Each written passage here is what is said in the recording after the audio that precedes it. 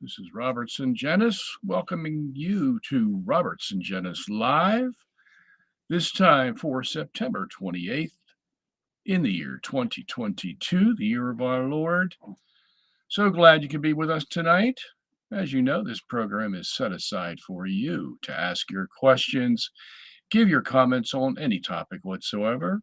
And I, as my role as host of this program, will endeavor to answer your questions to the best of my ability using our Catholic faith, scripture, tradition, the fathers, the medievals, the popes, the councils, the saints, the doctors, the catechisms, the encyclopedias, and just about anything I can find to help you walk away satisfied that your question has indeed been answered.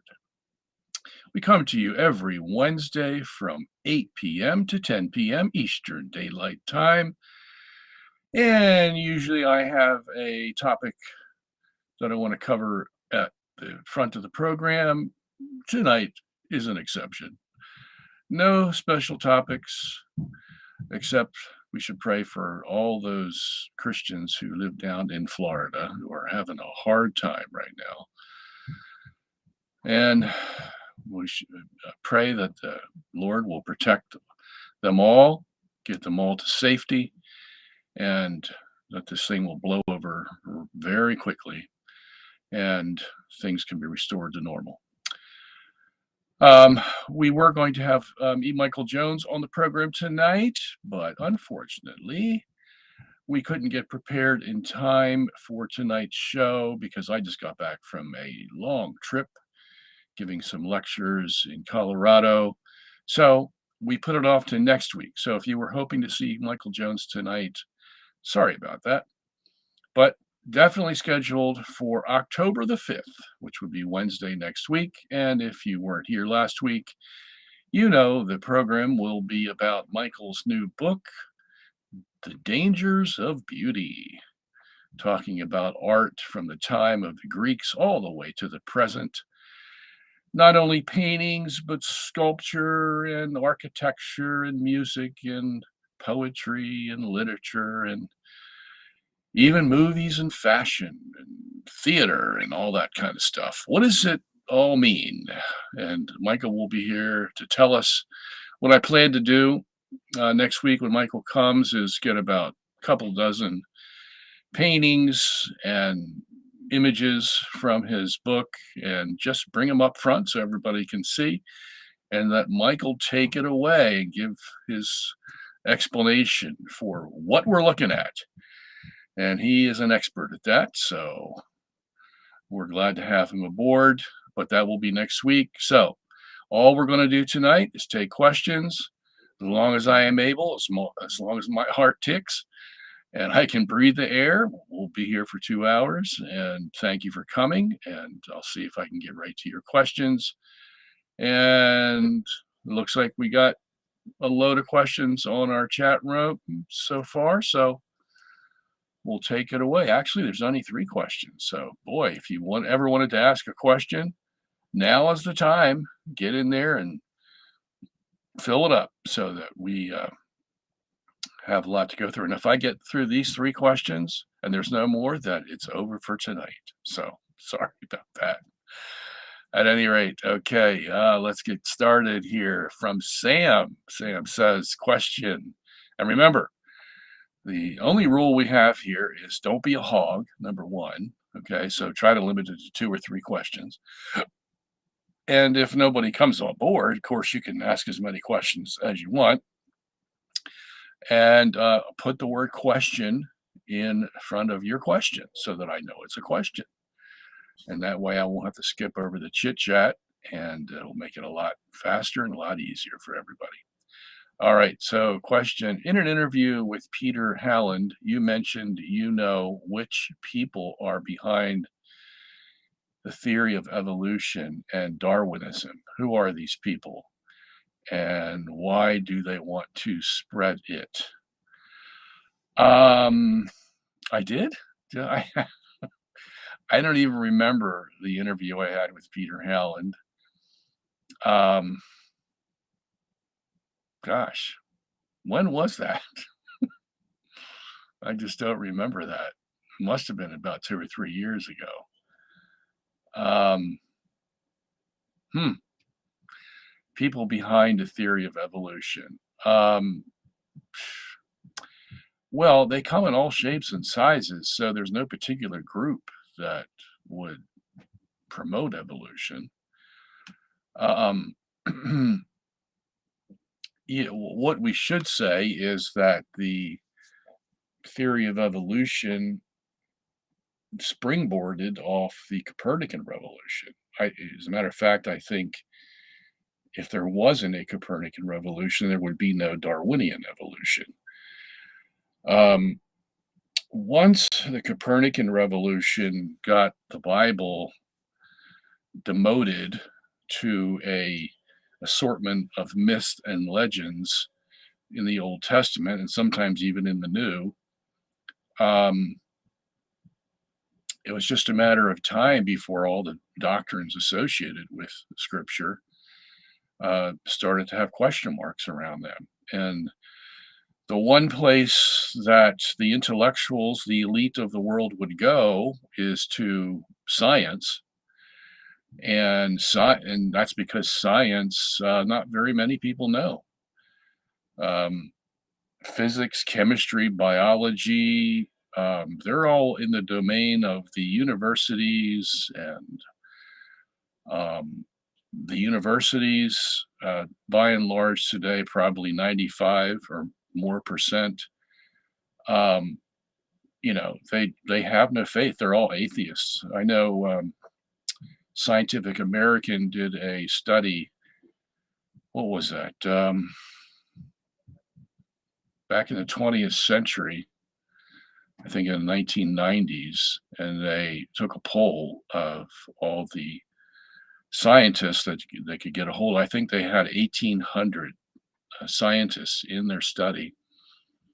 And of the not so well known scientists, you had a 50-50, oh, I believe in God, I don't believe in God tally.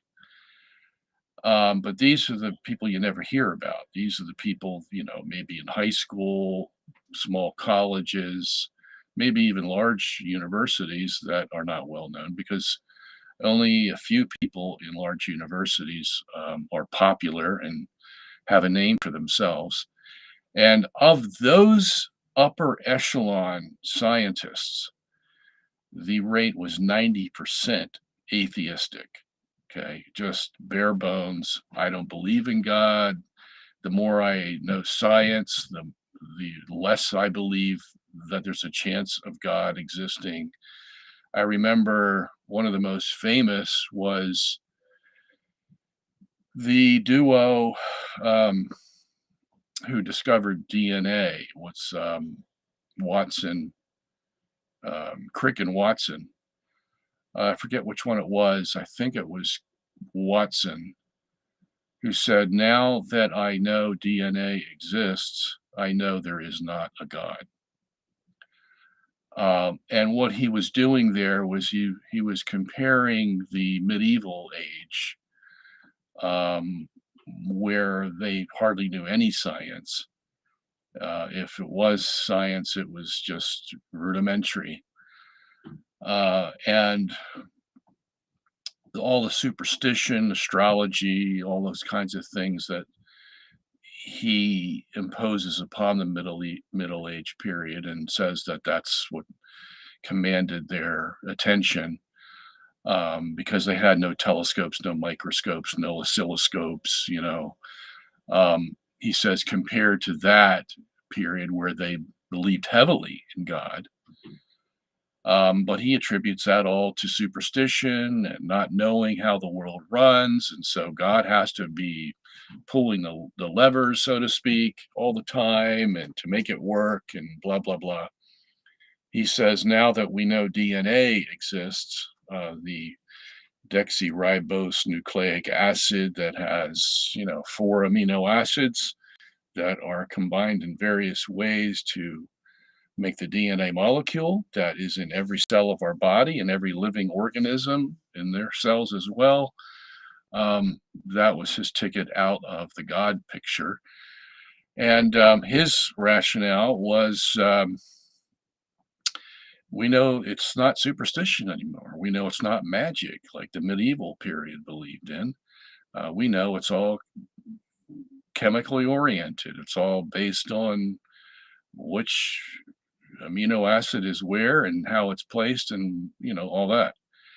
So, now if you gave that same DNA analysis to a Christian who already believed in God, he would say, well, obviously there's a God because nobody could make a DNA molecule.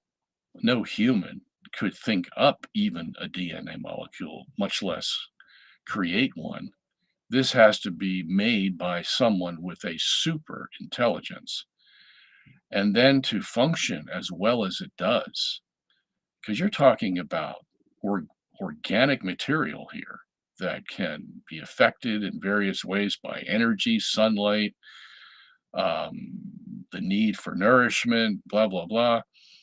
And it could fall apart very easily, even though it's so intricate in its design. Um, that all has to be taken care of. How's it going to feed itself? How's it going to uh, survive? The deleterious effects of the world and all that. So the Christian looks at it and is just amazed that here's another sign that there is a designer behind all we see. So you have two totally opposite views now. You have, Crick and Watson saying, now I know there is no God, and the Christian saying, wow, now I really believe in God. So that whole mentality of Crick and Watson took over in the Enlightenment period because science was now a force to be reckoned with.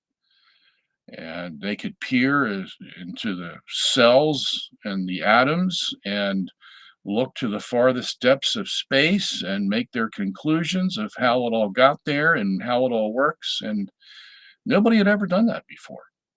We had the Greeks and the Indians given their ideas, but they were all mainly philosophical, and nobody really knew about forces and electricity and magnetism and all those things.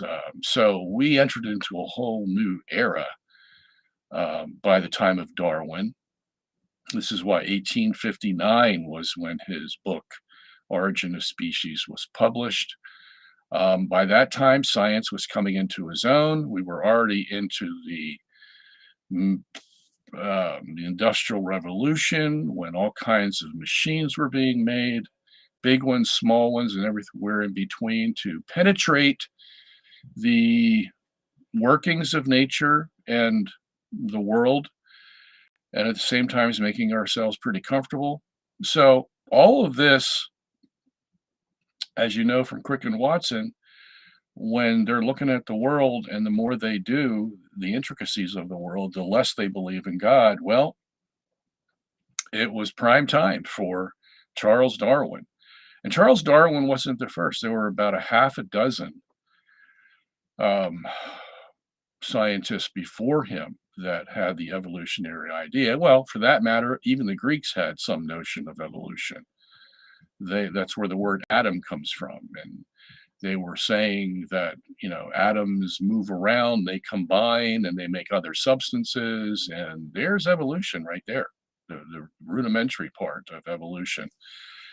Then it was just a matter of labeling all these things, which happened around the time of Darwin. So, if you're of the mentality where you believe that everything happens by time and chance and by cause and effect, well, you were just laying the red carpet for Darwin, and he picked up on that, and there we have it. Okay. And by that time, since the Copernican revolution basically had taken off the launch pad with Isaac Newton, who was the first one to use sophisticated equations to explain why things move the way they do. Um, Again, another example of cause and effect. that it's out there and it's causing and it's affecting, there was no need for God, you see, because it was believed that all these things were working by themselves. And so, if that's the case, well, and God was superstitious, boy, it was a volatile mixture of the two that eventually ended up with Darwinian evolution. Um, and men fool themselves because they think that because they can see cause and effect, that this means God is not involved. Scripture tells us God is always involved. And in that sense, he's always pulling the lever, so to speak. Not that he's going to intrude into the atom and make the electron go a different way. We don't mean that. It's just that to think that it's just natural cause and effect, men are fooling themselves because it turns out, as we've begun to study evolution, that um, the very causes and effects that they think took place are impossible to take place. Um, like, natural progression of the species, they still don't have a mechanism for it. They talked about natural selection, and that has been knocked down. They've talked about gene mutation, that has been knocked down. So they're without a mechanism. So though it seemed like, if A hits B, B hits C, and C hits D, it turns out that that's not really the way it works, that there's more behind it. And the idea that an organism can progress to the point from molecules to man is just a silly idea. We're finding out now that we've gone into study what evolutionists are saying of how things came about. Um, and as I said at the beginning, that all happened with the Copernican revolution. And there's a number of personalities all behind that. And a lot of them were Catholics, for Pete's sake. Um, and Catholics are prone to this kind of stuff. They're prone. They think that they're being so sophisticated, they're being so knowledgeable that they're using their reason and all this stuff. And at the same time, they reject what Scripture says. They reject what the church before them has said. They reject what the fathers have said and the medievals. And science has basically taken over the Catholic Church. So, whatever the major voices in the scientific world say, most Catholics just follow along the Pied Piper and believe anything they say, from biology and evolution to cosmology and the Big Bang and all that. But it's all bunk, all of it. And I've gone through this many times on this program, many times in my books.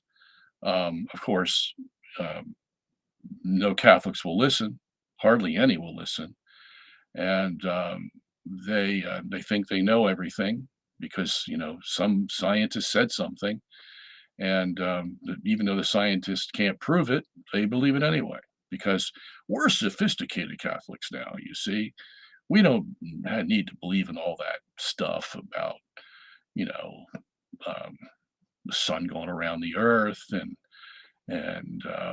that God just spoke and things were made. We're too sophisticated now, and that's going to be their downfall because none of it's true.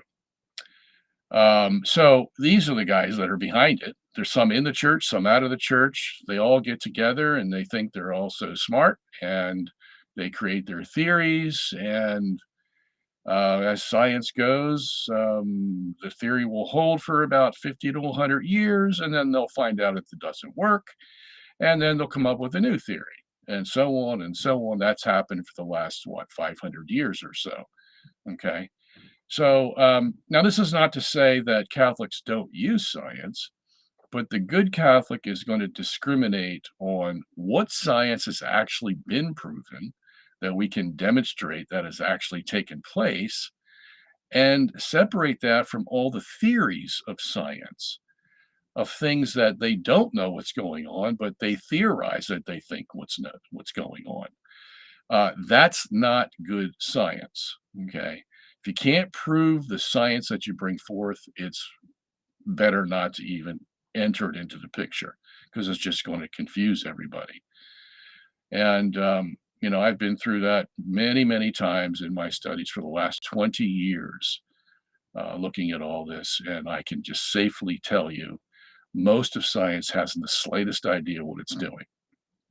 A lot of scientific discoveries have been made by accident, by chance.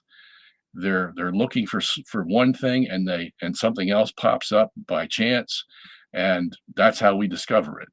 Not that we intended to, it just happened to be part of the reaction that we saw, and wow, okay, now we have electricity, now we have magnetism, and all this stuff. But, they really don't know. They don't even know what electricity is, you know? They can talk about charges and this and that, but nobody knows what it is. Magnetism, they have theories about what it is, but nobody really knows. Okay. The same thing with understanding the atom. They've got what, over 200 particles now that they have invented to try to explain what's going on in the atom. You know, they know rudimentary things about the atom. That's it. And that's as far as it goes. So, and cosmology, wow, that is just so full of theory after theory after theory because, again, they have not the slightest idea what's going on out there. Okay. All right. So, hope that helps you. I didn't name any, names, but, everybody knows who's behind most of it. As I said, they come in the church, outside of the church, and they all get together and start knocking down the Bible and what the church believed before. That's par for the course for all that group. Okay, let me move on. Question: would Romans 2:26 lend support to the Protestant forensic imputation model? It uses the word logizomai to say that uncircumcision counts as circumcision. Let's read that passage so for everybody who doesn't have their Bible handy. So that would be Romans 2:26, which says, if then the uncircumcised keep the justices of the law, shall not his uncircumcision be counted for circumcision? Okay, so normally the when we look at the word logizomai in Scripture, the Protestant idea is that logizomai is used, and the word logizomai there in that verse is the word counted. So it says, will not his uncircumcision be counted for circumcision? So elsewhere, when Protestants are looking at the word logizomai, which they have interpreted as the English word imputed, they have a legal framework to explain that. In other words, what they say is Abraham's faith was counted for righteousness. Okay, so what they're saying there is Abraham's faith was legally recognized as making as putting him in a place of righteousness before God. Now the word counted for them has this legal flavor because Abraham himself, in his essence, his soul essence, his body essence, he's a dirty, rotten sinner, and he hasn't been changed one iota when he was justified. Okay.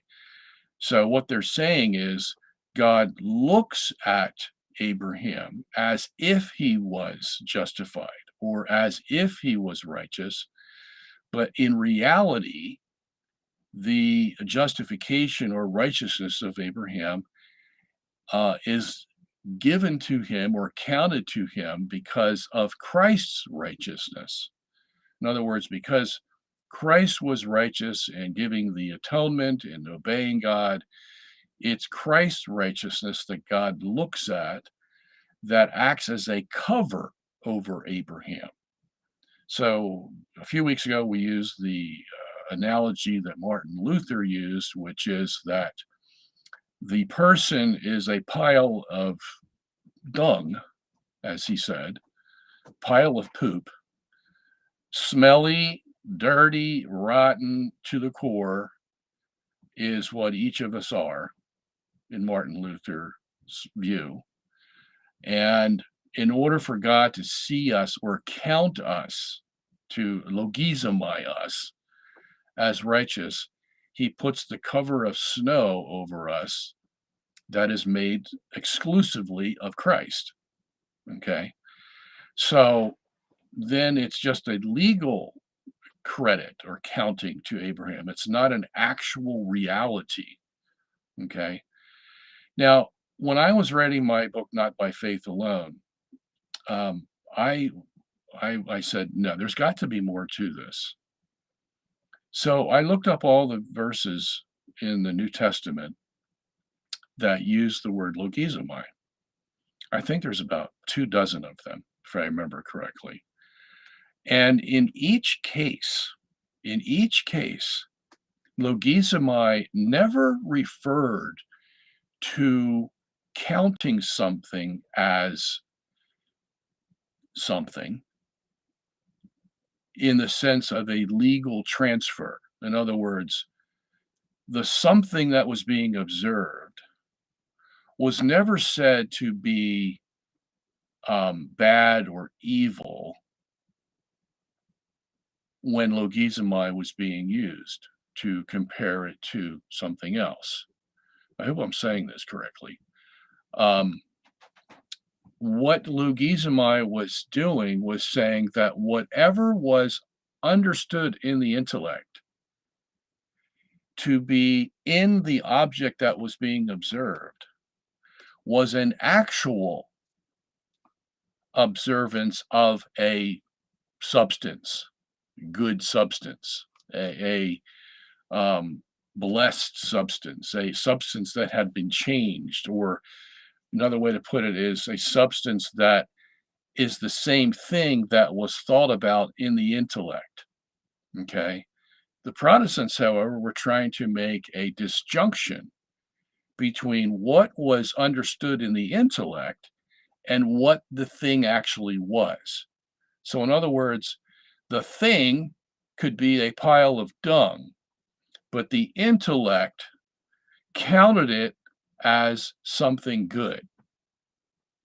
So that's what they were trying to tell us that the word logizomai meant. But it's never used that way in the New Testament.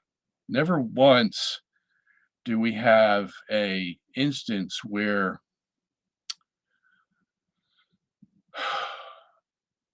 the thing that's contemplated is different than what is actually in the substance. They are one and the same. So, in other words, if the intellect says the object I'm viewing is good, then the object is actually good. Okay. It doesn't need a cover over it for me to say, oh, it is good. The thing in itself is good. Now, so let's go back to Abraham. When it says Abraham was righteous before God, or David, or whoever it is in Romans context, that means that Abraham was actually righteous. Abraham, in and of himself, was righteous. That means Abraham was changed from being unrighteous to being righteous, which means what? It means that Abraham's soul, his spiritual essence, was changed from being evil to now being good. And so when God looked at Abraham, he actually looked at Abraham and saw the change. He saw it now good, whereas before it was evil. The Protestants don't do that. When God looks at Abraham in and of himself, he is actually evil, even though he's called righteous. And again, he could be called righteous because of the covering of Christ that God put over him. So you have two diametrically opposed understandings of the fundamentals of what it is to be saved, what it is to be justified between Catholics and Protestants. Okay. And so that's basically what we get from the word logizomai. Now, with the issue in verse 26, the uncircumcision is counted as circumcision. That's exactly true. Okay. In other words, what he's saying is his uncircumcision, that is, whatever person you're talking about, has not had the foreskin of the penis cut off. Okay. That non cutting is viewed as circumcision in the sense that it works just as well as God wants it to work, because circumcision, as he goes on to say in the rest of the chapter, is not a physical cutting. It is a spiritual transformation. Okay. So, in other words, to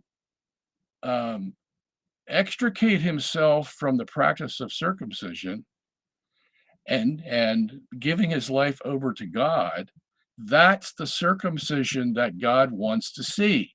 It's a circumcision of the heart. And that's exactly what occurs when our soul is transformed by the grace of God, you see. So when God looks at us, he's looking at a circumcised heart. That is a heart whose hard flesh has been cut away, metaphorically speaking, and now is a true heart to follow God, you see. So again, logizomai is used in the same exact way that we saw with the justification issue. It's not some kind of legal status that we have with God. Circumcision of the heart is a real transformation that occurs in our soul essence. Okay? So the word logizomai is being used consistently. And so that's all we can say about it. All right, next question.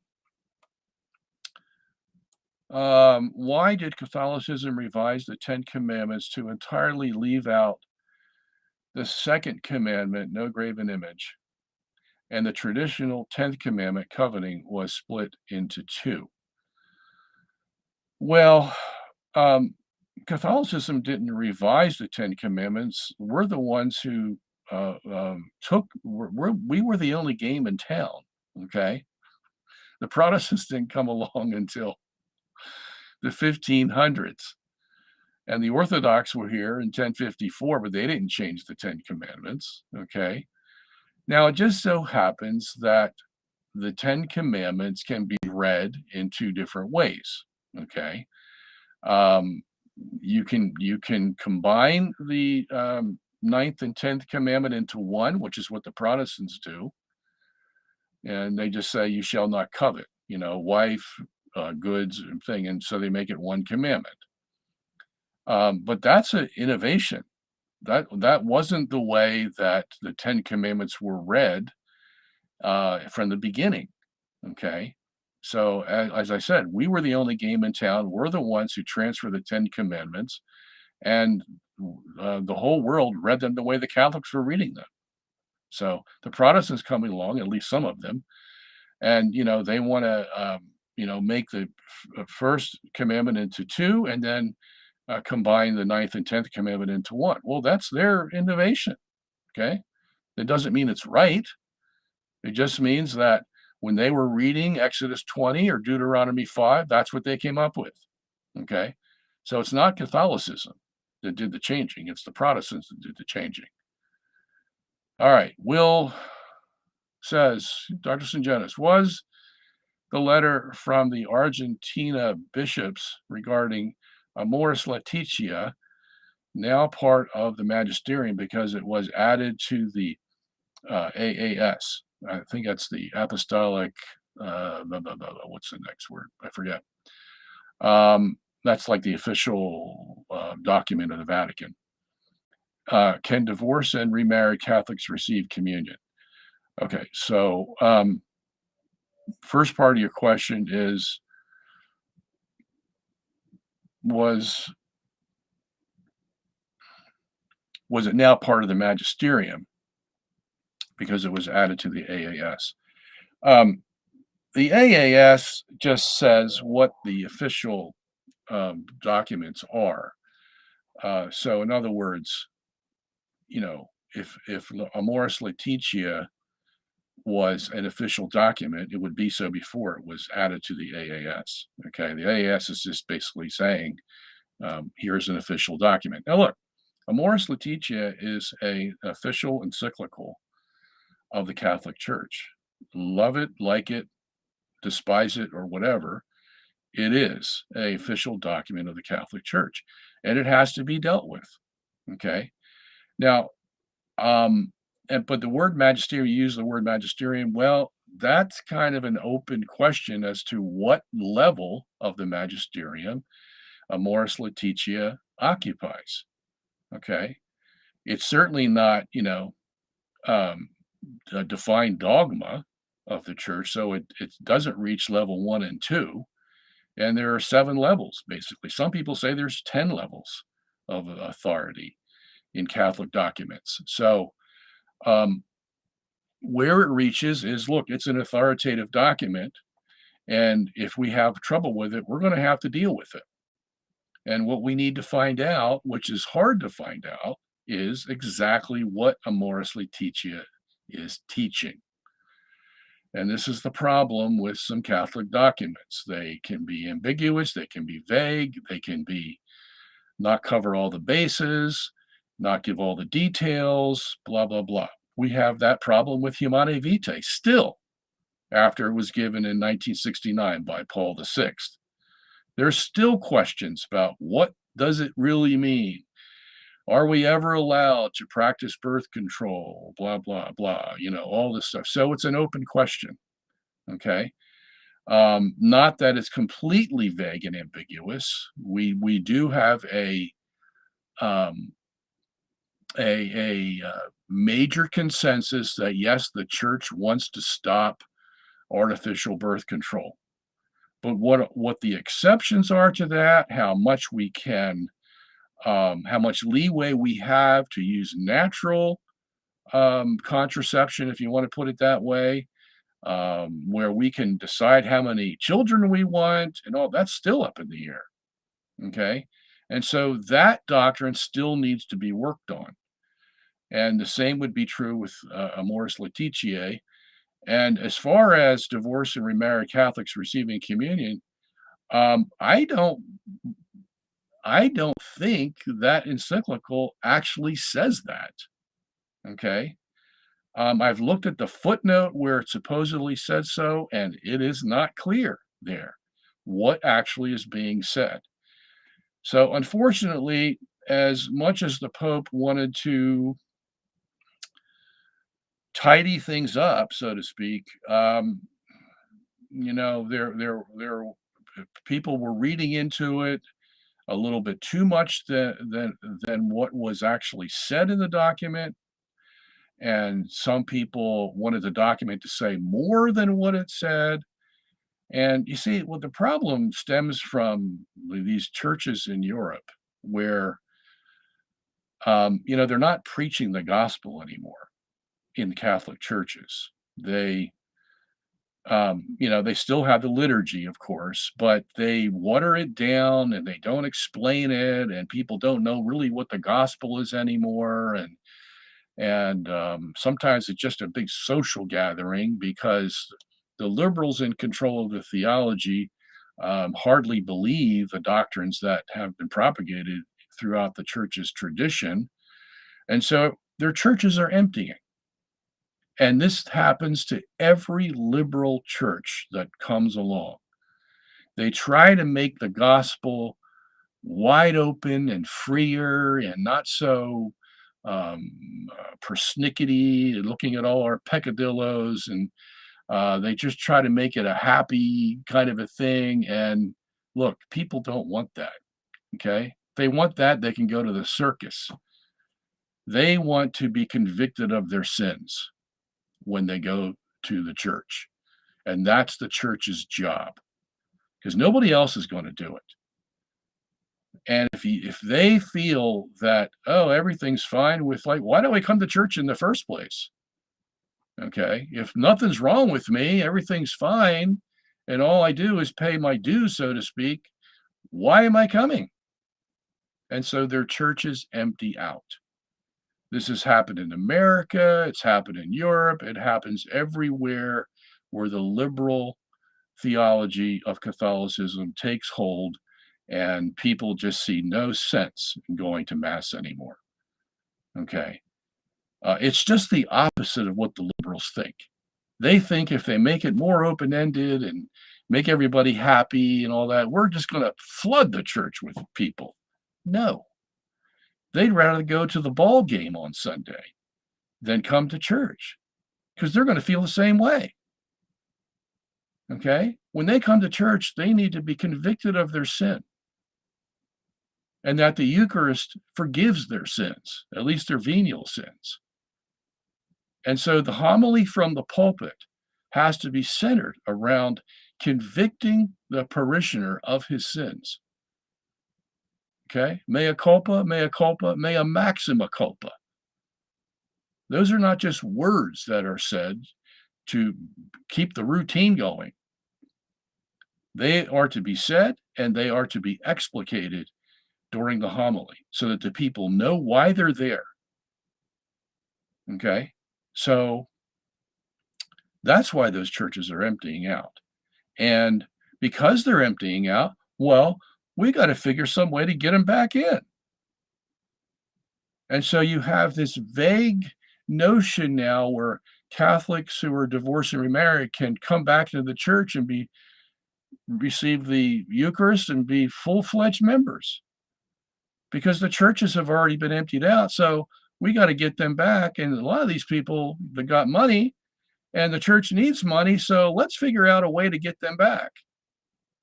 Yeah. So that's why the German bishops were trying to corral the Pope into making it such that divorced and remarried could come back into the church and receive the Eucharist. They can come back into the church. That's fine because they still have an obligation to worship God. Okay. But as far as receiving the Eucharist, that's a whole different story. Now, as I said, it's not clear in that document, Amoris Laetitia, whether that is certainly the case or not. Okay. So that doctrine, that teaching is going to need work. And so far, they haven't worked on it. And I don't know what the case is over in Germany now. Maybe somebody who knows about what's happening in Germany can tell us. And if divorced and remarried Catholics are receiving communion, then it's all under the guise of the fact that somehow Amoris Laetitia has allowed it, but that's again is not clear in that document. So one way or the other, they're going to get what they want anyway. Okay, so we'll see how long this lasts. Okay, let's go on to the next question. Should Catholics observe Sabbath as Saturday? No, no, no. Okay. The Sabbath law, the seventh-day Sabbath, was an Old Testament law. We don't go by the Old Testament law any longer. Okay, no matter what law it was, whether it's in the Ten Commandments or the ceremonial law or the civil law or the Levitical law or the Aaronic law or whatever, we don't go by it any longer. It has been revoked. Okay, the whole Old Testament law has been revoked. It no longer has legal force. Of course, which begs the question, well, then why do we obey the Ten Commandments? Because the New Testament church took the Ten Commandments under its legal jurisdiction. So we obey the Ten Commandments not because they're in the Old Testament, but because the New Testament decided that those are good laws, and so now they're under legal jurisdiction of the New Covenant, not the Old Covenant. Okay? Now, in taking the Ten Commandments, the church also decided that the seventh day was no longer going to be the day of worship.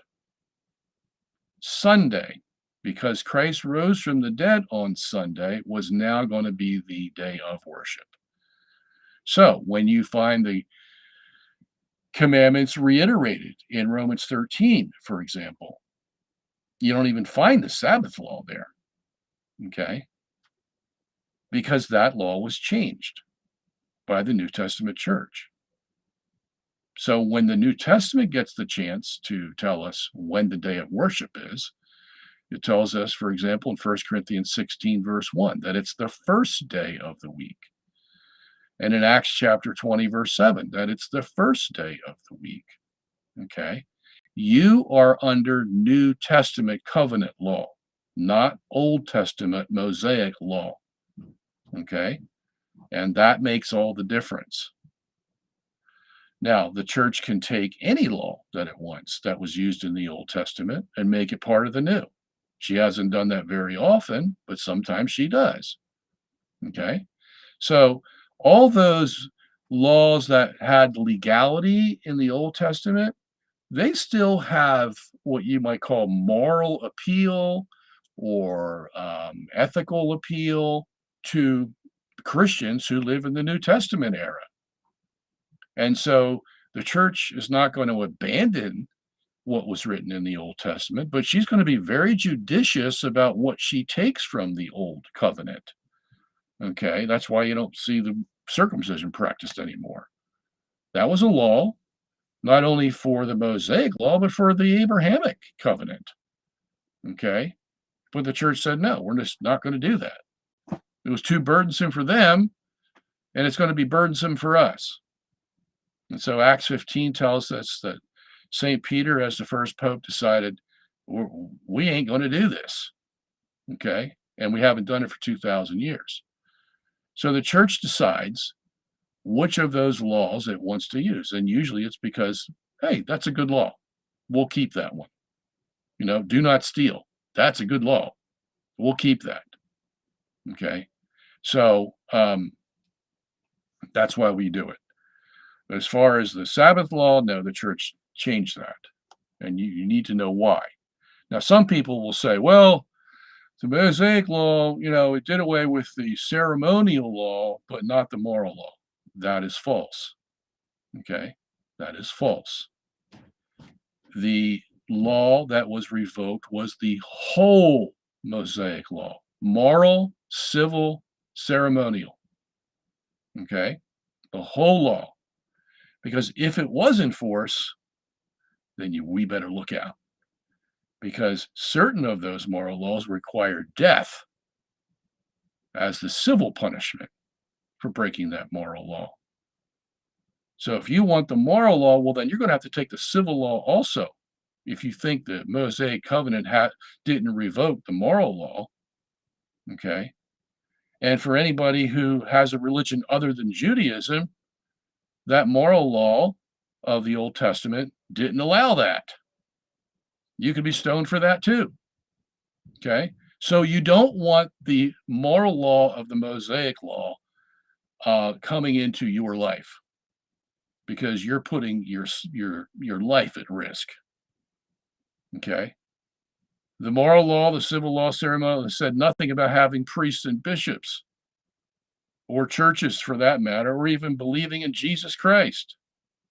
It prophesied Jesus Christ, but they weren't commanded. Okay. Nobody knew about Jesus Christ back then except the prophets. So if you want the moral law to remain after the Mosaic law has been done away with, you're going to put yourself in big trouble. Okay. So The whole Mosaic Law was revoked and replaced or superseded by the New Covenant. And the New Covenant will determine what the civil, ceremonial, and moral laws are. As far as the ceremonial, no circumcision. As far as ceremonial, which are worship laws, we go to Mass. We were required to go to Mass every Sunday and on the feast days that obligate us. Okay. We're required to go to confession. We're required to receive confirmation. We're required to marry and not divorce. And if we are divorced, we can't remarry. Okay. These are all the new covenant laws that we're now under. And as you know, with marriage and divorce, that has been changed. Okay. So, very, very important that you understand this distinction between old covenant and new covenant. And the former is not here any longer except in letter, and we take from it as we desire in the new covenant. All right. Question. Catholic apologists say that there are no works involved in initial justification, but they are involved in the process of justification. But isn't baptism a work for initial justification? Okay. The best way to start with this is to go to the Council of Trent, chapter 8. And in there it says, baptism infuses us with faith, hope, and charity. Now, charity is not faith, so obviously it's a work, okay? And that's where the debate has started and pretty much ended, that those who think that initial justification is just faith don't realize that when they're baptized, you are infused with faith, hope, and love. Why? Because baptism is not just a sprinkling with water. Baptism is the process by which the Spirit comes upon you and changes your soul. As Thomas said, it changes the quality of your soul. So it's no longer dead in sin, it's now alive in Christ. Okay. Now we can't see our soul, we don't know what's going on, but that's what's going on. Okay. So there's always a debate in the Protestant world whether baptism is a work or not. Okay. And this is the problem that they run into with their faith alone concept of justification.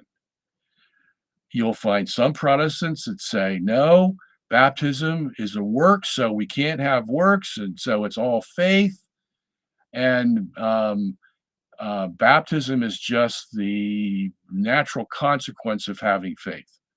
But see, they don't believe that baptism actually changes them. They believe that baptism is just a demonstration that you've already been saved by faith alone. Okay, there's only what? The Anglicans and the Lutherans that believe baptism does anything to you at all. All the other ones, the Presbyterians, the Methodists, the Baptists, they all believe that the baptism part is just a show, basically, just a demonstration. So they don't get into this thicky wicket of trying to figure out whether baptism is a work or not, because it doesn't mean anything anyway. It's just a symbol to them. Okay. But the Catholics have said, no, baptism is actually needed. And it proves that it's not by faith alone. Because what is actually changing you?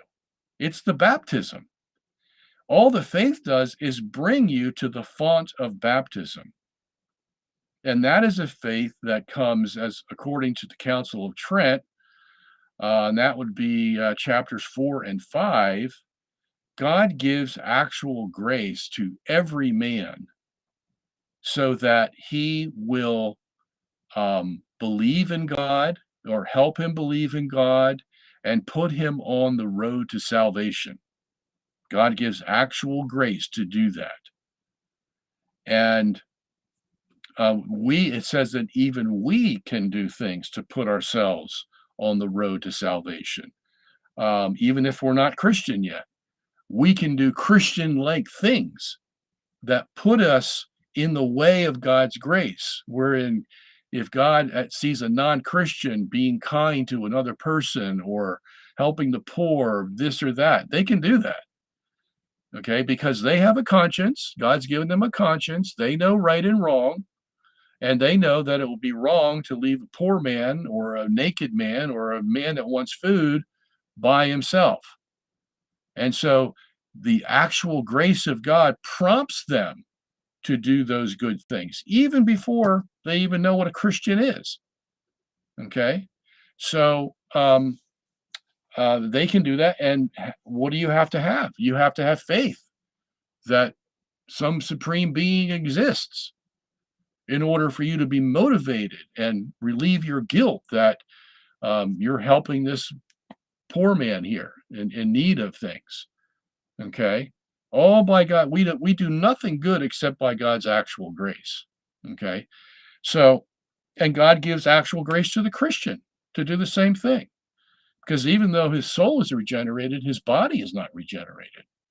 His body would like to sleep in bed for 12 hours a day. Okay. And not do any work. And that's where the spirit strives against the flesh. So God has to give us actual grace. And as a Catholic, you have an abundance of actual grace. There's many things you can do. You can, dip your hand in the holy water and make the sign of the cross. That gives you actual grace to do the things that you should do. Okay? So God gives actual grace to the saved and unsaved, just like he says, he gives rain and sunshine to the saved and unsaved in Matthew chapter 5, verse 43 and onward. Okay? So, what we're saying here is that once let's say the non-Christian is moved by actual grace and he responds the way he should respond, and now he's getting real close to getting the sanctifying grace. Okay, and that's going to come from the church in baptism, but the way he's going to know that happens is somebody preaches the gospel to him, and he's ready for that because he's already been moved by the actual grace to do good things. And now he has to find out, wow, why do you need actual grace? Why has God been prompting you with actual grace? Because you're a sinner and you need to get rectified with God totally. It's not just doing good things now.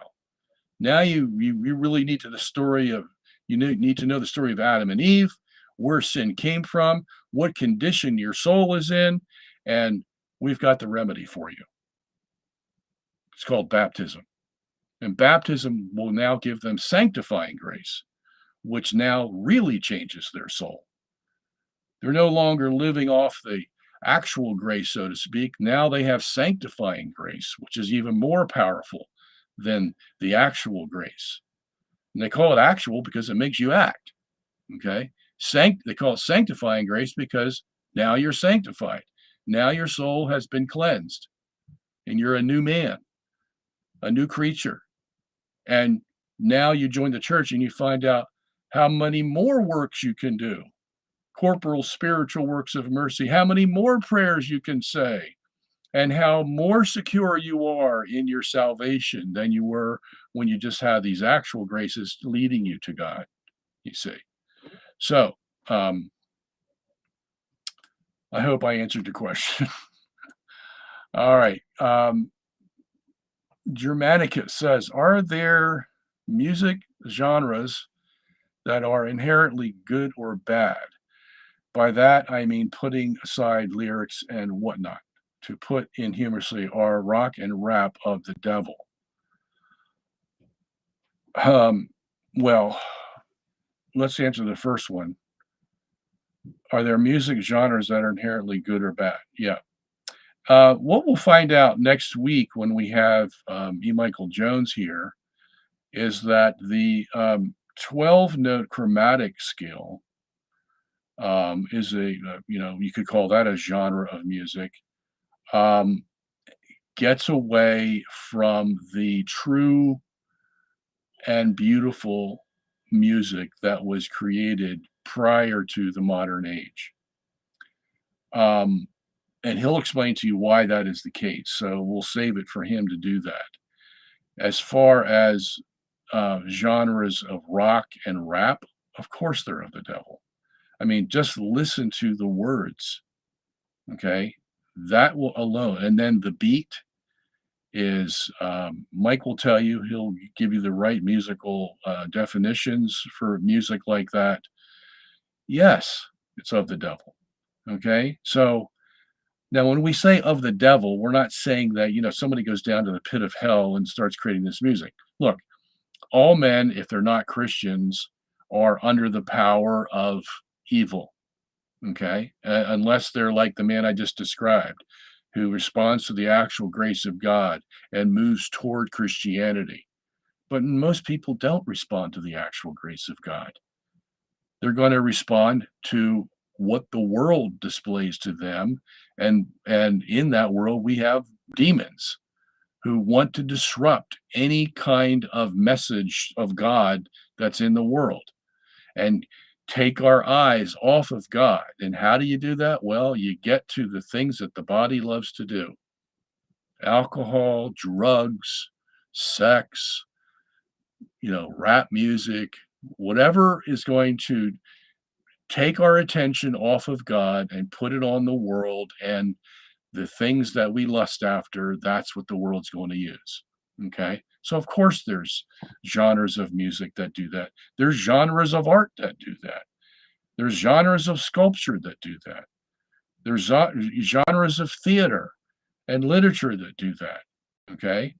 We've seen them. We don't need to be educated anymore on that. We all know what they are.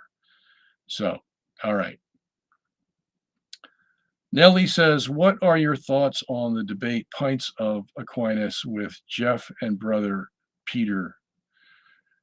Did you watch it? I just got back from a lecture series yesterday, so I didn't get to watch all of it. I did watch, I think, the first 15 minutes.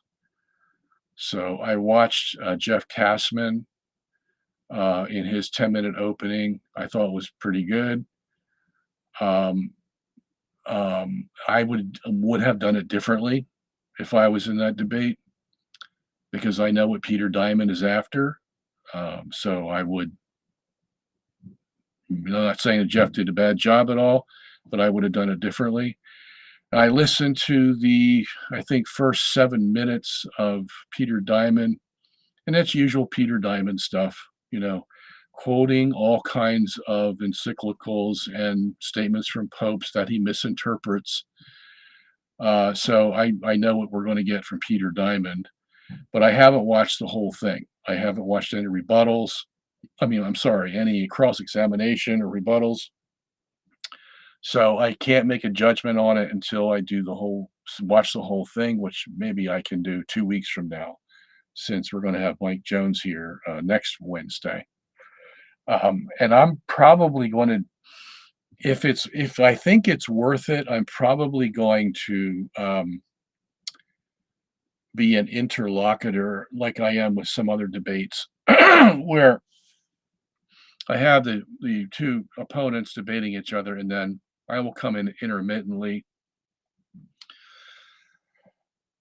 and say whether I thought the remarks were good, bad, or indifferent, and what should have been said that wasn't said, and all that stuff. I've done that a few times on YouTube videos that I've made, and I may do that here because this is such an important topic. This whole idea of sedificantism. I've debated Peter Dimond before, and I've read his literature, so I know how he approaches things. And so, yeah, I will eventually do that. Okay. Question from Florida: is Ian an example of the Coriolis effect? Of course, all hurricanes are. That's why you see them turning counterclockwise. Okay. So Now, if you were to go below the equator down to South America, that hurricane would be turning clockwise. Okay. And what does this tell us? Well, it tells us that the Earth is right smack in the middle of the mass center of the universe. Okay. Because the Coriolis Force is created by the rotating universe. And because the Earth is 4,000 miles in radius, it's going to feel some of that Coriolis force that the universe generates. If you just had the core of the Earth, let's say, a small core, it would hardly feel any of the Coriolis force because that's the inertial center.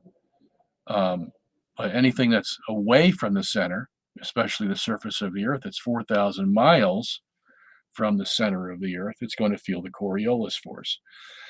And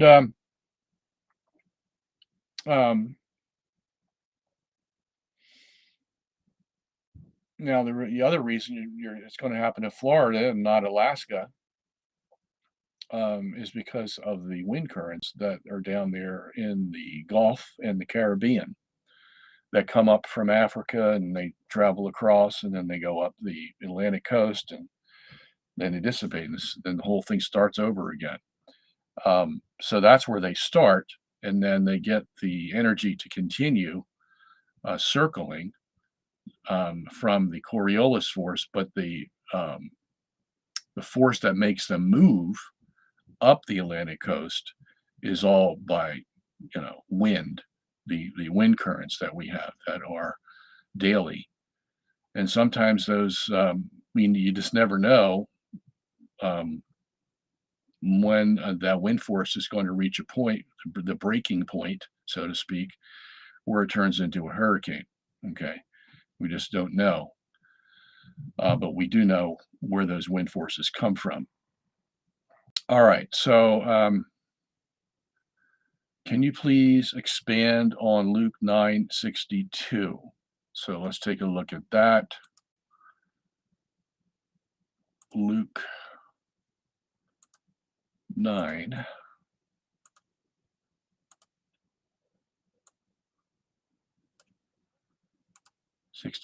Jesus said to him, "No man putting his hand to the plow and looking back is fit for the kingdom of God." Okay, so what I'm going to do here,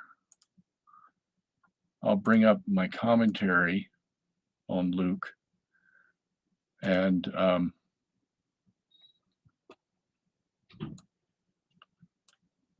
we'll see what we have. I think I have something on that, so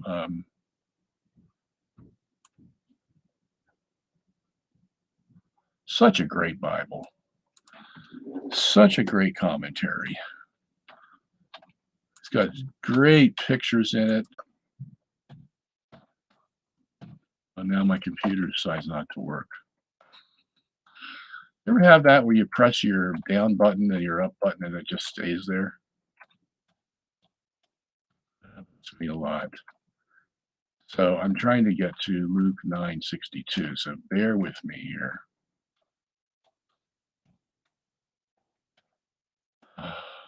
Okay, that's chapter 8. We gotta go to chapter 9.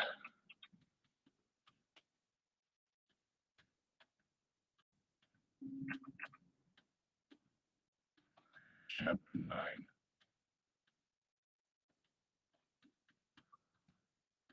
Luke has some long chapters, that is for sure. All right, I'm getting close to verse 62. Let's see if I have anything on that. The reason I'm doing this is because I want you to see how great this Bible is. All right, so looking back, I have the man's answer seeming innocent enough. Okay, so that means we need to read the context. Verse 61, it says, "And another said, I will follow you, Lord, but let me first take my leave of them that are at my house." Jesus said to him, "No man putting his hand to the plow and looking back is fit for the kingdom of God." All right. The man's answer, seeming innocent enough, but Jesus uses these short stories because the meaning lies beneath the surface. The issue here is that if the man goes back to his friends, he may be tempted to remain with them once he realizes the loneliness and harshness of life he may encounter in preaching the gospel. The temptation is to look to the past for comfort. He is like a man who is plowing a field and is constantly looking behind himself, which is noted in the present participle blepon, that is, to look back continually, to see if he is making straight lines in his field.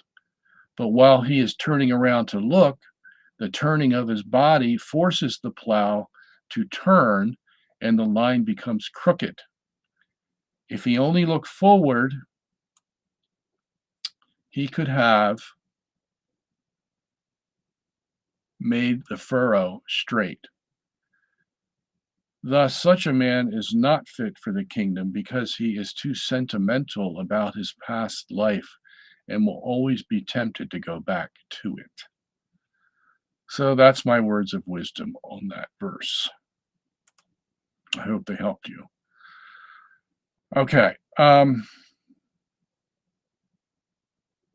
was I? Oh, I skipped a question here, it looks like. Una says, do we know anything about resurrected bodies when it comes to race?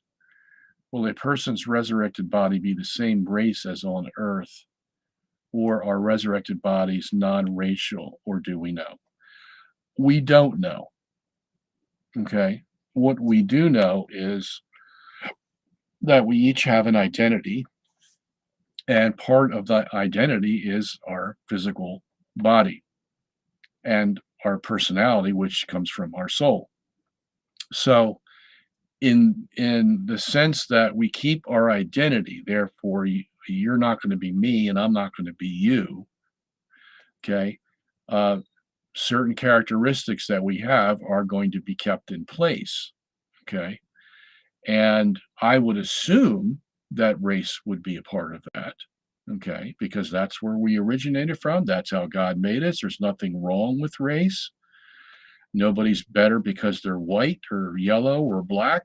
We're all, especially in heaven, in the new heaven and the new earth. So I would assume that we would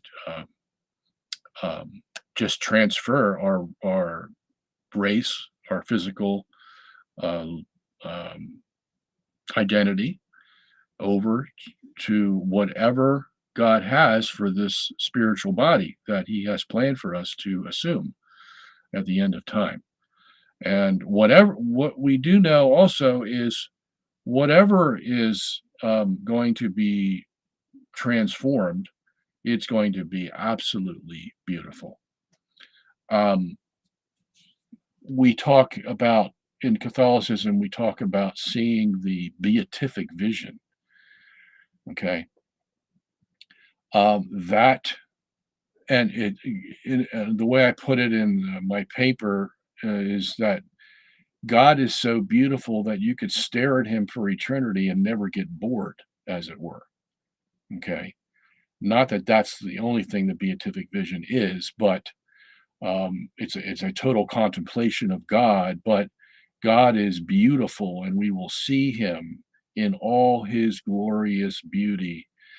Then the other thing about that is 1 John 3 verse 2 tells us, and we shall be like him in our beauty. Okay. So if that's the case, some of us are going to have some changes, right? Including yours truly, to be really beautiful, but we will be recognized for who we are. Okay, so that identity stays, but it all will be made beautiful. It's like the difference between a 5-year-old child and an 85-year-old person. Well, let's say the same child, the child that's 5 and then grows up to be 85. Well, at 85, you're not too good looking, are you? Okay, so but at 5 years old, you're really cute.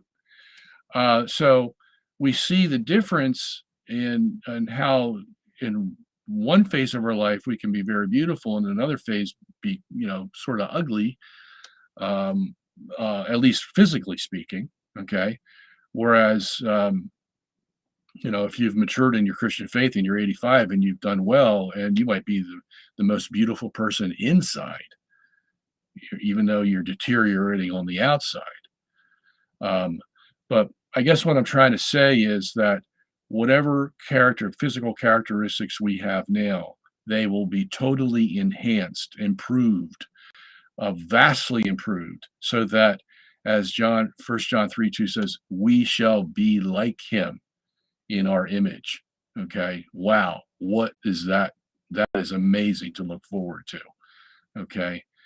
A body without the need to sense pain, but can feel at the same time, a body that will never cry, a body that will never be sad in order to cry, total joy, 24/7, forever. Can you imagine that? Okay. I mean, that's what it's just going to be, it's beyond our comprehension. But at least we know some things, that we will maintain our identity and God will enhance whatever we have to be the most beautiful it could possibly be, to be just like God. Okay. Next question.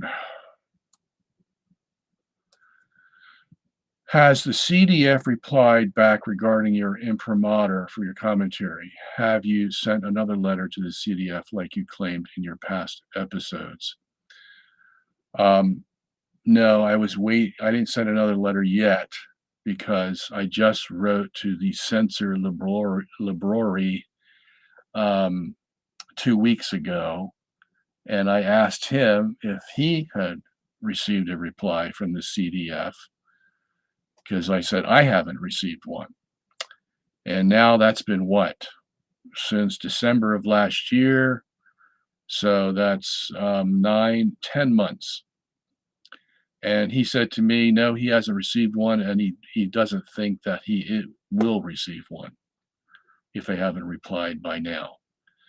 So the CDF basically is, if they haven't responded to either me or him, then I don't think it's even worth writing again.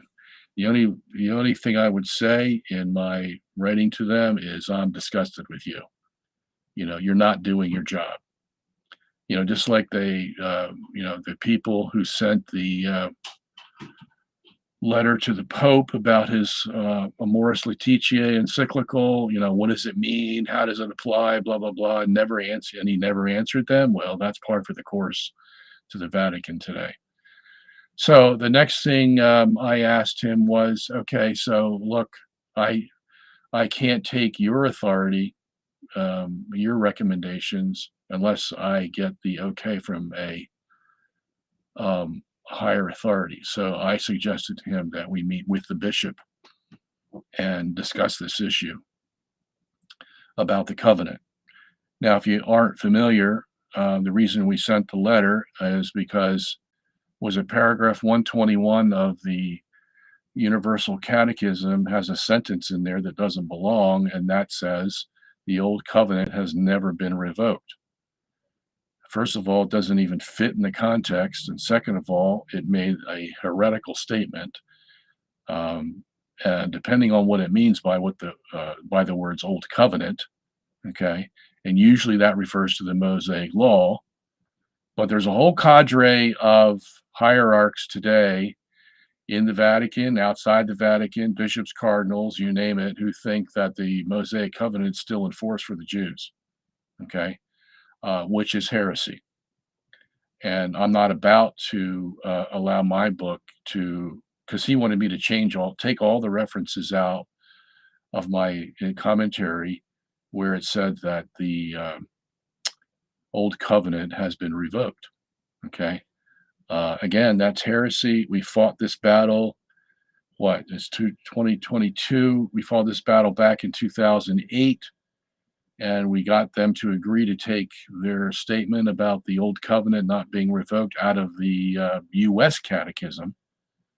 At least they agreed to that. But now you have a whole new set of faces at the Vatican who don't know anything about what happened in 2008. And so, we're back to square one. And now we can't even get him to respond. Uh, so, um, so he hasn't responded yet to my email about meeting with the bishop. So I don't know where that's going to end, what the end game is. All right, question. Marian apparition witnesses describe the Blessed Virgin as having different physical appearances. Our Lady of Good Help, the witness said she had blonde hair, for example. Why is this? Good question. I don't know. I don't know why Our Lady doesn't come back in the same way she appears in every other instance. That's a good question. Apparently, if they're real, um, now I don't know if Our Lady of Good Help.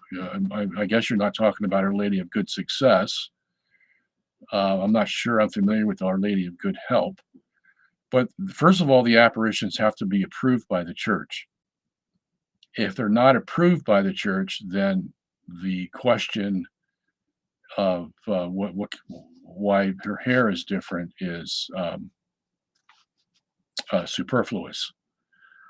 Okay, so that's the first thing I would try to find out. Was Our Lady of Good Help approved by the Vatican?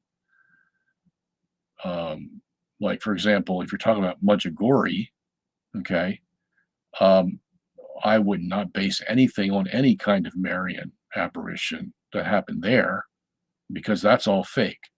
Okay. And if that can be fake, then others can be fake. Like, what is it? Bayside, another problematic appearance of Our Lady. So who was it who said, was it Padre Pio or Saint John of the Cross? I think it was, who asked the Virgin to stop appearing to him because the devil would appear to him and look just like the Virgin Mary, and he couldn't tell the difference and didn't want to be deceived by the devil. Okay, so this is the danger of flocking after these apparitions that haven't been approved, because especially if the devil knows that you're looking for these apparitions, that you're looking to be tantalized, that you need some kind of spiritual experience with apparitions in order to keep your faith. Okay, yeah, well, if I were the devil and I knew that, I'd come to you in an apparition too. Okay, so what I'm saying is, please don't base your faith on these apparitions. They're private in the first place. They're not the general knowledge of the church. We really don't need them. And not that I'm trying to say that none of them are good. Okay, like Fatima. I've written about Fatima incessantly because that's the one good one I know. Okay, and Lourdes and some others. Our Lady of Good Success also. But I don't base my life on them. Okay, and you shouldn't either. And that way you won't be deceived. Okay, so Catholics are really susceptible to this kind of stuff. And I say that just to warn you. All right, question. What is the difference between gravity and the inertial forces? I'm asking because you said in a video that the inertial forces are akin to gravity. How are they related? Okay. Well, they're related in the sense that they are forces and they move things. Okay. So, whereas gravity is a radial force that will pull, and it only comes from circular bodies. Well, they don't have to necessarily be circular, but they're going to come from bodies that have let's just put it this way, they're going to come from bodies that have mass, okay, but it's going to be a radial force, and it's going to decrease by the inverse square law, okay. So we can measure that force depending on the distance from the object that has the mass. The inertial forces are akin to gravity because they move objects as well, rather large objects. Okay, so even in the Newtonian system, the reason the Earth can go around the sun is because the Earth has once it's put in motion, the Earth has an inertia or a momentum, and that momentum or inertia will make it move in a straight line. Okay, this is Newton's big thing. The reason he needed an absolute universe was so that he could say that an object moved in a straight line. Because if the universe wasn't absolute and it moved, then you can never say the object moved in a straight line. All right, so if the Earth moves in a straight line, well, how's it going to curve around the sun? Well, it curves around the sun because the sun has gravity and pulls in the Earth. Okay, so the net result is that the Earth goes around in a curve, whereas it wanted to go straight. Okay, now, but once you make the Earth go in a curved motion around the sun, first of all, it has to have the right acceleration, because if the acceleration is too slow, then it's going to fall into the sun. If the acceleration is too fast, then it's going to go out of its orbit out into outer space. Okay, so it has to be just right. And the result of that being just right is that there's going to be what appears to be a force called the centrifugal force that the Earth is going to feel or react to as it's going around the sun. And that is to tend to make it go outward. And that's called the centrifugal force.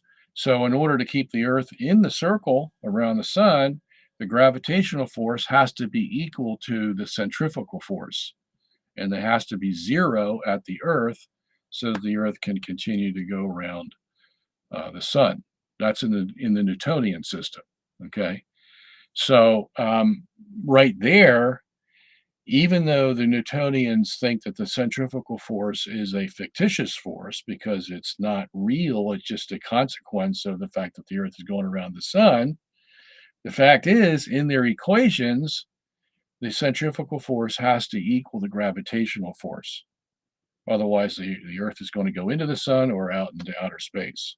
Okay, so in that sense, even in the Newtonian sense, the inertial force of the centrifugal force is acting akin to gravity, okay, having an effect on the movement of a body.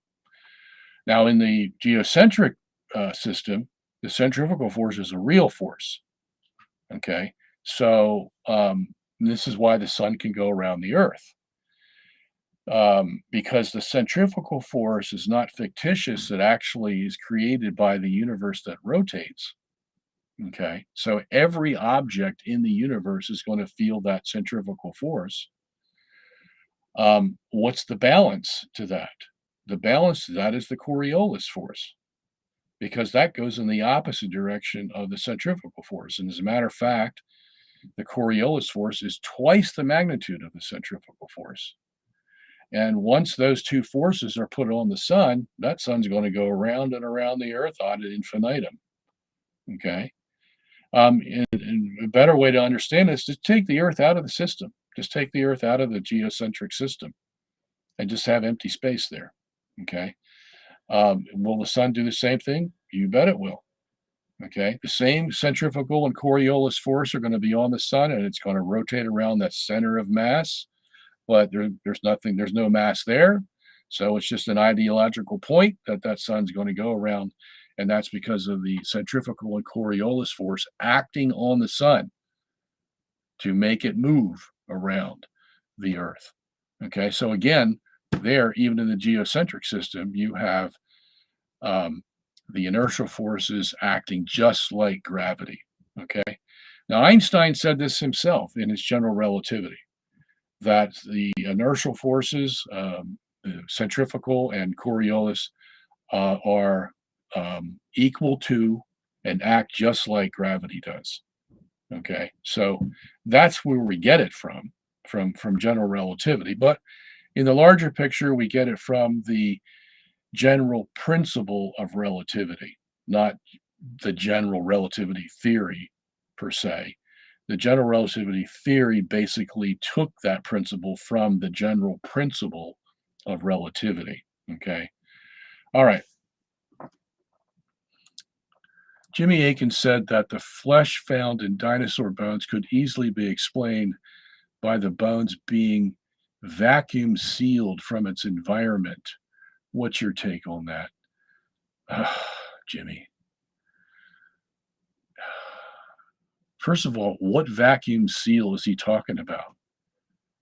A vacuum seal means that there is no possible way oxygen could get to that. Okay. But we know that there's oxygen down deep in the soil, number one. Okay. We know that things that have died decompose based on oxygen. We see it all the time. So, what vacuum seal is he talking about? Okay. If you, um,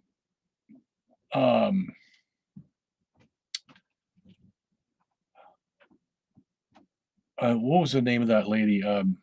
Mary Schweitzer. Now, she didn't use this excuse. She's the one that found the T Rex bone sticking out of the cliff back in 2010, and her boss, Jack Horner, said, "I want you to figure out a way how this bone could survive. Not only the bone, but the collagen that was found in it, the red blood cells, the blood vessels that were all found in the dinosaur bone. And they found them when they broke apart the bone by mistake. Um, she came up with a theory that there is some kind of formaldehyde substance in the soil that kept these bones from deteriorating and the organic tissue from deteriorating. Okay. And then they asked her, okay, can you give us a sample of this formaldehyde like substance in the area where you were doing your excavation? And of course, we stall and we make excuses and blah, and so we never got it. But because you're going to put forth a theory of why a 70 million year old bone and organic tissue doesn't deteriorate, you better have something that not only you can say works, but you show it to us. Okay. Now we know when we put organic specimens into formaldehyde that you can put them in a jar of formaldehyde, they will last for a long time. But whether they can last 70 million years, that's something nobody's ever tested. Okay. So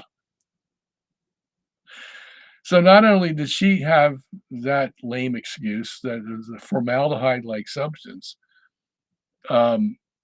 she wasn't dumb enough to use the fact that, well, if it's deprived of oxygen, then it's not going to deteriorate. Okay. Because she knows that there's oxygen in the soil, no matter how minute it's going to be.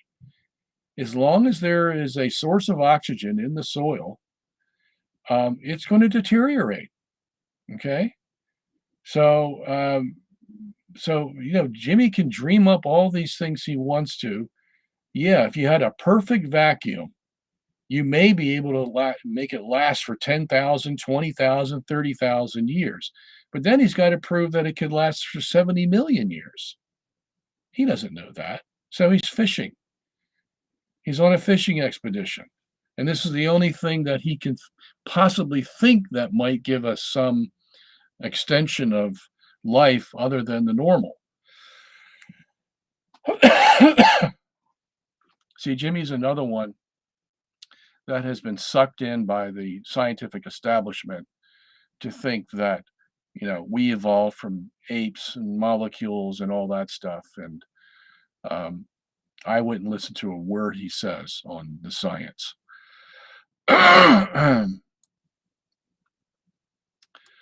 Last week, I asked if a woman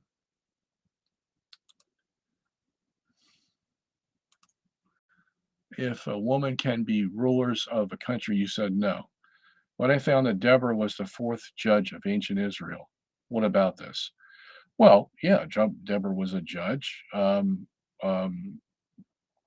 have some women prophets too. Huldah was a prophet. Who else?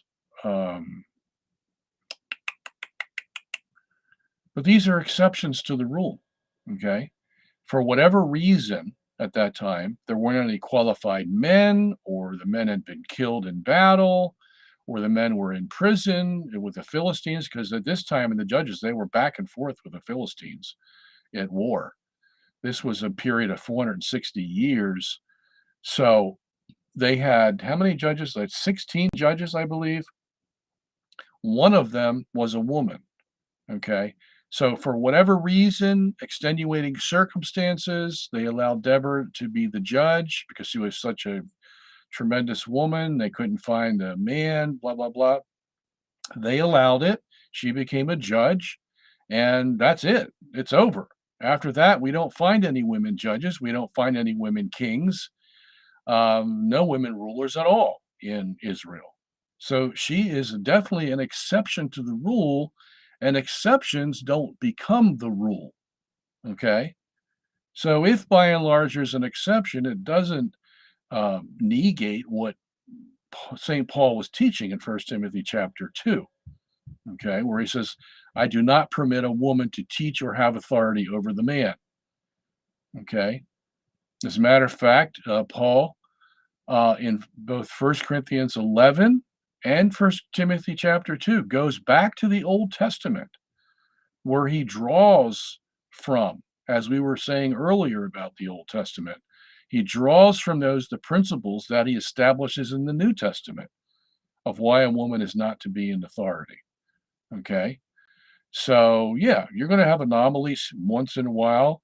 And there's nothing in there that's in Judges where it says, yes, God says he approved of Deborah as the judge. Deborah was elected by the judges, by the people of the day. Okay. There's no divine intervention here. Granted, Deborah was blessed in that she was a good warrior for the Jews at that time. But, once she's in there, that's what's going to happen. She's either going to be a success or a failure. But your question is, does this upset the rules of women to be under the authority of men? No, it doesn't, because the exception, if it was an exception, is not the rule. Okay. All right. We got about 20 minutes to go. Robert says, will I go to heaven when I die? I'm a good man and Christian, but not Catholic. Well, God is going to be the judge, Robert, not me. Okay. I don't save anybody. And all I would tell you is if you want to be a really good man, okay, you better look into becoming Catholic. Okay. Just the fact that you asked me the question, will I go to heaven if I'm not Catholic, means you've been thinking about it. And if you've been thinking about it, that means it's bothering you. And if it's bothering you, you're going to need to salve your conscience. So I would look into becoming Catholic, and we'll have a better handle on how to answer your question. Okay. But that's between you and God. God will be your judge. And I'm glad God is your judge and not me, because I don't know you. God does. And God's going to be the fairest and the most just and the most loving and the kindest and all the superlatives you can think of when he's your judge. So you want him as your judge, not me. All right. Do you really believe that academics are really dictating? Let me see. Did you write more on this? I don't see more here. So, Joe, I'm not sure what you're saying. Do you really believe that academics are really dictating? And then you have blank. So I don't know what you were referring to. I didn't see your name.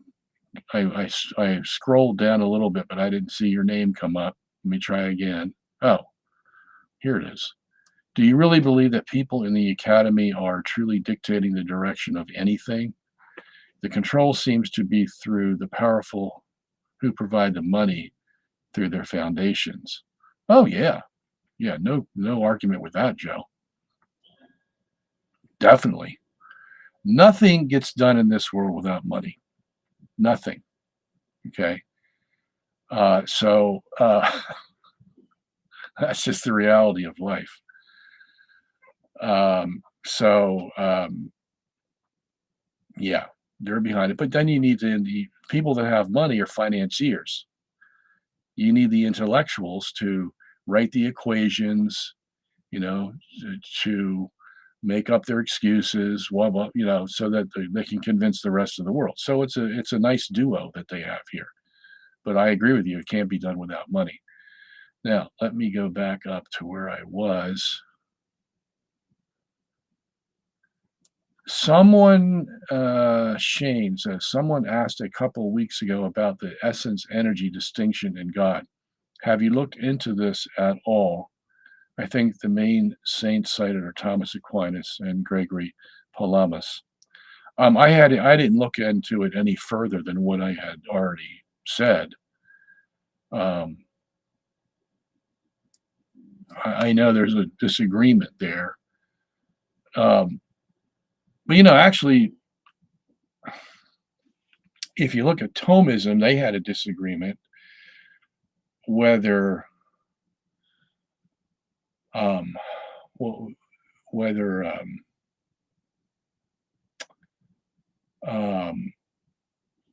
let's see, what were the two polarities there? What was more important, being or essence? Okay, so the Thomists, as far as I understand, the Thomists have said no, essence is not the prime quality of God. Being is, existence is, and essence comes after. So even the Thomists have had trouble in trying to figure out, we talk about essence energy distinction. Well, they had a being essence distinction. So, philosophically, there's always problems. I don't want to get into it right now. I've said a few weeks ago what I'm going to say about that, and we'll leave it there. Question 3 from Will. Dr. Sungenis, how do ring lasers prove the universe revolves, rotates around the Earth? Can we use the Michelson-Morley sapphire oscillators and ring lasers to prove that the Earth is not moving? Well, a ring laser is just a smaller version of the Sagnac experiment. Excuse me. Where you have one light beam going counterclockwise and one going clockwise. And every time, every day, 24 hours a day, the one of them is going to go faster than the other. Okay. And you can use that in many, many applications because it forms an absolute, basically, that you can, a foundation on which you can see if everything else is abiding by this distinction between the light waves going around in a ring laser because it's so precise. The distinction between the two lights is very precise. So once you have something that's precise, you can use it as an absolute to measure everything else, which is why it works so well. Okay, the second question, can we use the Michelson-Morley sapphire oscillators and ring lasers to prove that the Earth is not moving? Well, yeah, if we didn't have the Lorentz transform to deal with, okay?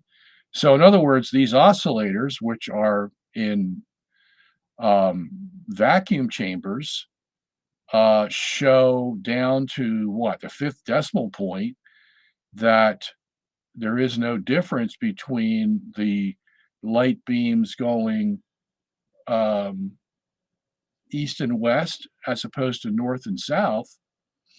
Okay. They only have a slight difference. So that would show us that the Earth isn't moving, because if it was moving, then the east west direction is going to be slower than the north south direction, whether it's in a vacuum tube or sapphire oscillator or whatever it is. Okay. So what do? If you're a heliocentrist, what do? Well, you use the Lorentz transform equation. Okay.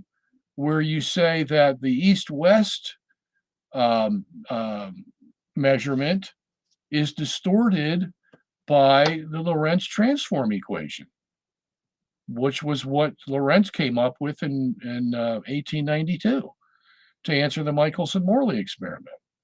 That's all they do.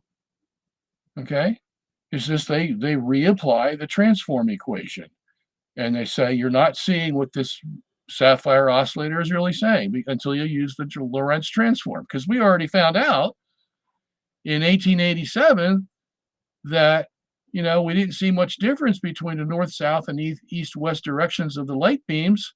So but we know the Earth is moving. Okay, we know the Earth is moving. That's our foundation upon which we base everything else. So if that's the case, then we have to find some excuse for why the east-west direction is the same as the north-south direction. We have to find out why. The only way we don't know why, but we can apply an equation to it to make it look like we know why.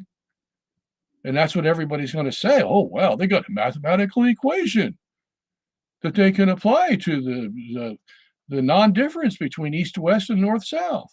What geniuses they are. And they've been applying that Lorentz transform since 1892 until 2022. Okay, so it doesn't make any difference how much more accurate the sapphire oscillator is compared to the Michelson-Morley experiment. The same principles involved, okay, and the same equation to answer the non-discrepancy is applied. So it's the same old game. And the only time this is ever going to change is when they find out that Uncle Albert got it all wrong. And that's not going to be for, decades in the future. They're discovering little by little that Albert's special relativity is getting in the way. It got in the way of inflation. It got in the way of the expanding universe. It's getting in the way. And they're finding out it just doesn't work the way they thought it was going to work. And that day's not going to come until there's a major paradigm shift. So, all right.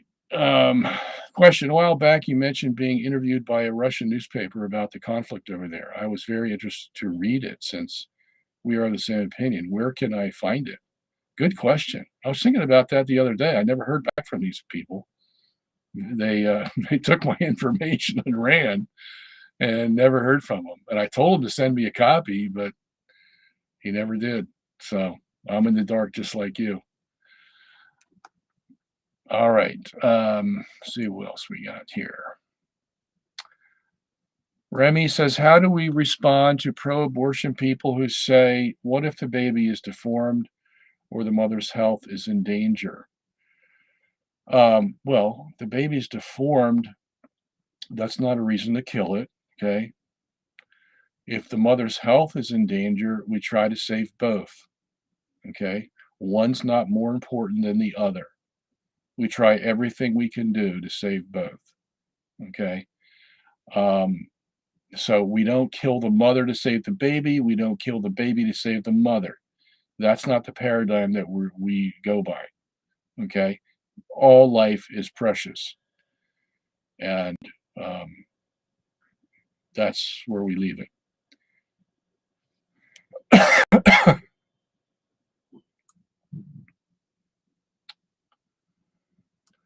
How do we respond to atheists who say, why didn't God kill Satan? So the fall would have never happened. So they say this to debunk God's existence. Well, look, because God has to play by the rules too. God doesn't make up the rules as he goes along.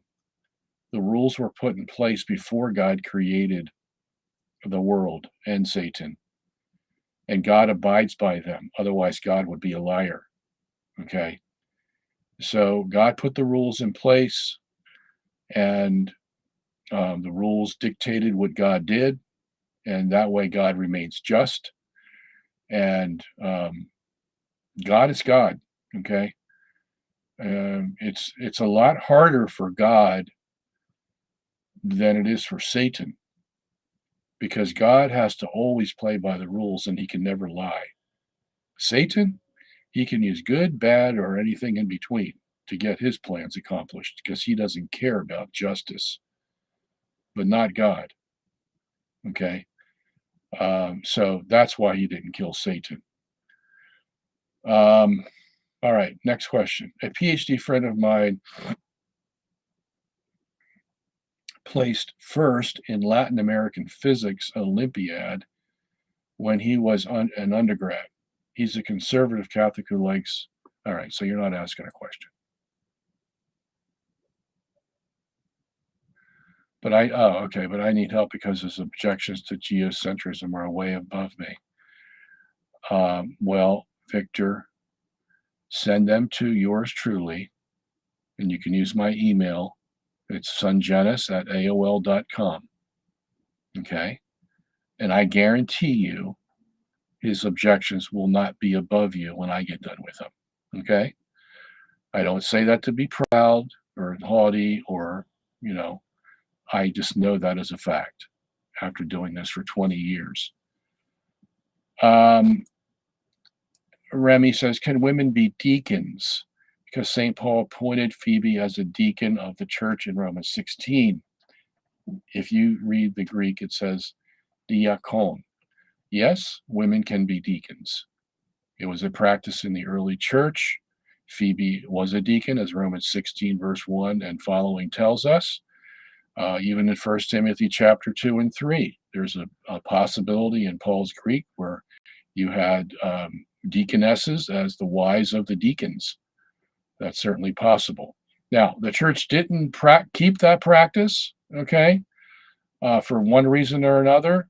But yes, Phoebe was a true deaconess, and it is possible if the church wants to bring that back that she can bring it back. All right, question. What do you say about the statement that it's not about the Jews crucifying Jesus or the Romans crucifying Jesus? It's about all of us who crucified Jesus. Well, here you're conflating two different topics, okay?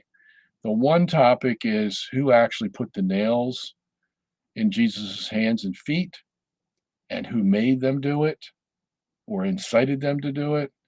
And that would be the Jews and the Romans, not you and me. Okay. Now, if you're talking on a soteriological level and you want to know in the universal sense, who was it that eventually led Christ to the cross to appease God for our sins so that we could be saved? Yeah, you and me. Okay, starting with Adam, and you should make that distinction. Okay, it was Adam and Eve who did it, and because they are our federal heads, we are involved in the legal sense because we're part of the human race, and that's why we suffer. But you do have to make the distinction that it wasn't us in the sense that we initiated it. It was Adam and Eve who initiated it. Okay. So you see, there's all kinds of levels to theological discussion here. Then you have to make the proper distinctions in order to answer the questions correctly. Okay. All right. Question. Do you really believe that people in the all right, we already went through that.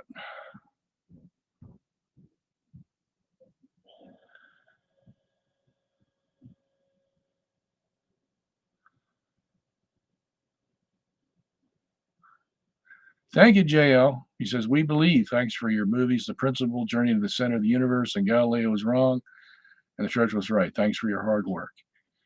Hard work it was, my friend. Question: did Luther ever regret his doctrine sola fide and sola scriptura? Not that I know of. I know this, however, that it didn't work out the way he thought it was going to work out, in the sense of he didn't realize how divisive this issue can be. What he thought was at the beginning that he could make his legal distinctions about justification that we talked about earlier, and that was all that was going to be. Just the Catholics and their infused grace versus the Protestants and their alien righteousness from Christ. But then he found out that it wasn't that simple, that people began to make distinctions of his theology and saw flaws in it, and then tried to improve it. And when they improved it, they changed it.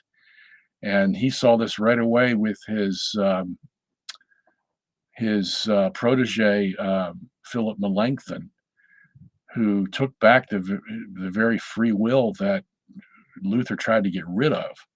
So by the time the Formula of Concord was written in 1630 under Melanchthon, they were talking about free will again, within a generation of Martin Luther, who didn't want any free will for man. So he didn't regret his interpretations of sola fide and sola scriptura, but he saw that everybody else was changing his doctrine, and he didn't like that at all. So in that sense, he considered his movement a failure. All right. I asked, Holiness of the Bride says, we got 2 minutes to go here.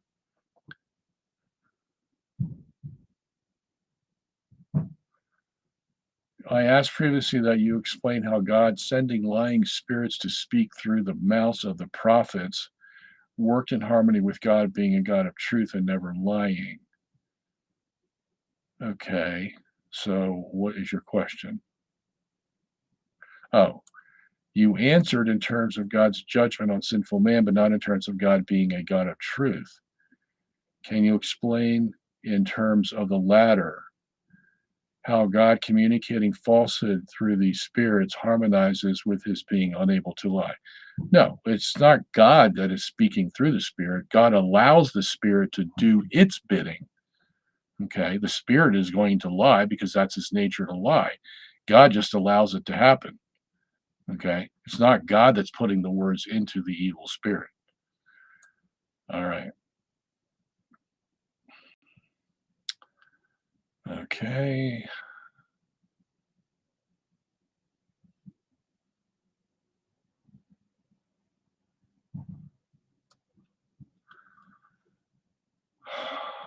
All right. So I'm going to cut it off here. It's 10 o'clock.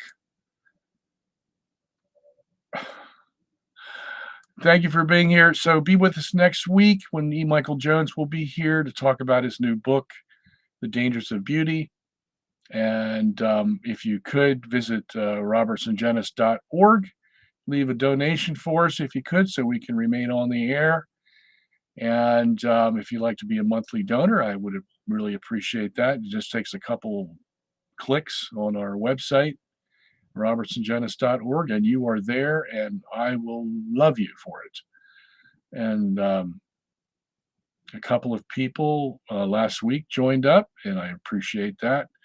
So please consider that. And that is all I have time for. I'm going to go to sleep right away. I'm very tired tonight. So thank you for being here, and look forward to seeing you next week. God bless you.